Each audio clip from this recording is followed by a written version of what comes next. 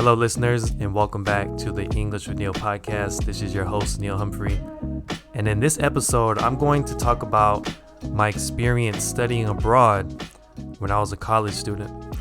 So in 2008, when I was in, I think, my second or third year of college, I really became interested in the Japanese language. So when I was younger in elementary school, from elementary school all the way to high school, I played music. I played in the school band. I played trumpet for about 9 years, so I was pretty good at trumpet. And so my ears were always attuned to sounds, to tones. And when I was 18, something just caught my ear about the Japanese language. And so that was my first start of learning a new language. It was Japanese. And so something about the language really caught my ear. And I found out that my college offered Japanese classes. So I enrolled in some classes and I absolutely fell in love with it. I fell in love with the language. I fell in love with the culture. And so after, I think it was my second year of college, I decided that I really want to go to Japan because I love the language and I want to be a fluent speaker. I wanted to master the language. And so I talked to my father and he agreed to pay for half of everything.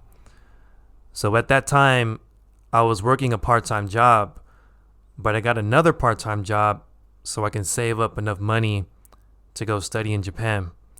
So I had a second part-time job. I was saving up a lot of money.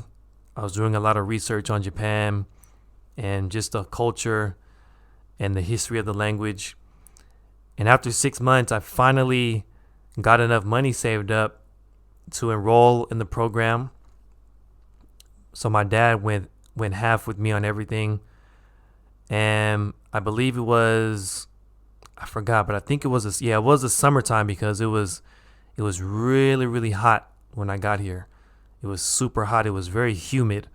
So humid means the air is very wet. So it's hot and it's wet.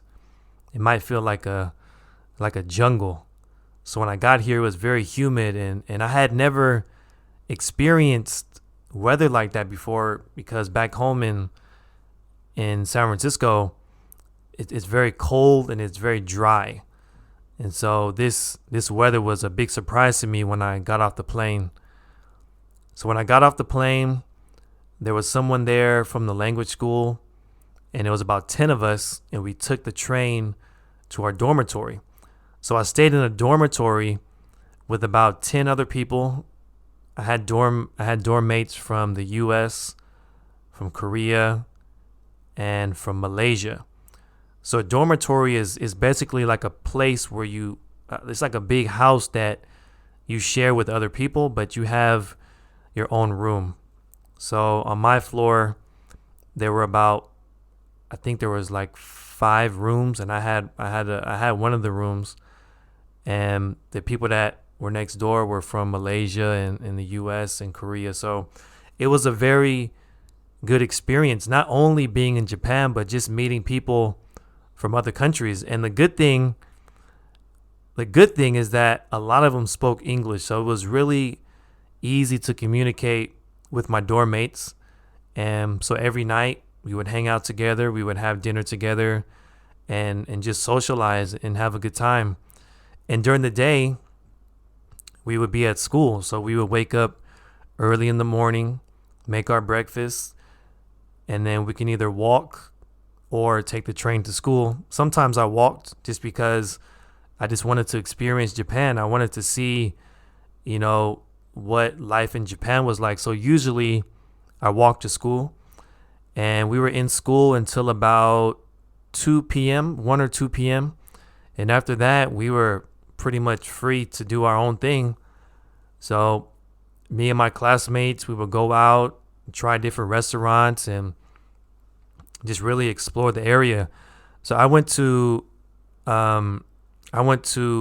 a school in this area of Japan in Tokyo called Shinjuku, which is very crowded. There's a lot of people there, a lot of activity. The funny thing was, my dorm was next to this area called Kabukicho, which is like a red light district. Red light just means there's a lot of nightlife, a lot of gang activity, a lot of bars and the bar scene, clubs. And so it was just really interesting living in that area because I got to see another side of Japan. So that was really interesting, and I did this program for 3 months, and it was like really like a turning point for me because when I went back home, I realized that I loved the language and I wanted to come back here to live. So I went back home and I majored in Japanese studies, and I got a degree in Japanese language studies. And luckily, I was able to come back here and work and live. I've been here for 11 years, and it has been great.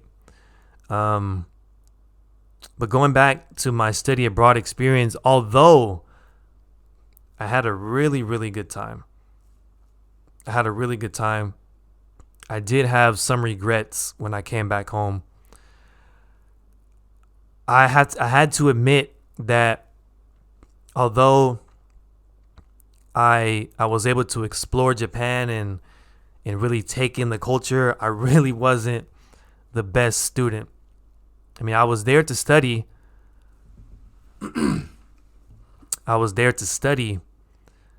But I wasn't the best student. I was studying in different ways.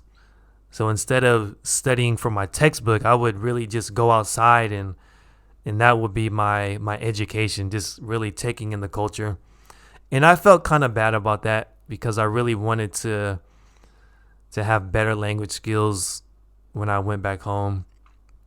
So I did regret that. I regret not putting more effort into my studies. So that was one thing that I regretted. And the other thing I regretted was just not being more open and meeting more people while I was there. Because like I said, my dorm mates, they all spoke English. So I pretty much hung around them most of the time. So I really didn't go out and try to use Japanese and, try to meet people and make friends. And so I kind of regretted that. But luckily I got a second chance. I'm here now. And so everything is good. But if you're listening to this and you're thinking about studying abroad, maybe in another country, an English-speaking country, I guess the advice that I want to give you is, even though speaking English may be very embarrassing, even though you may not have a lot of confidence in your skills, try to use the language as much as possible because you don't want to have any regrets when you go back to your hometown. You're just going to be thinking, man, I should have did this, or I should have did that, or I should have said this. And that's a bad feeling to have. So if you're planning to go abroad and study, or maybe you are abroad, treat that time preciously because you might not get it back. That might be the only time that you have to be there in that new country.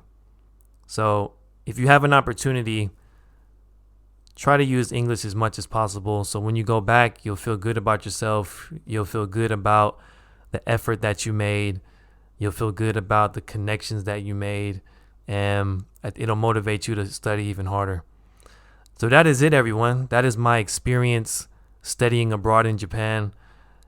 If you have an opportunity, I highly suggest that you go to another country and study because it'll be a life-changing experience. It'll be something that you'll never forget. All right, everyone. Thank you for tuning in today. I look forward to speaking with you in the next one. Take care, everyone, and talk to you soon. Peace.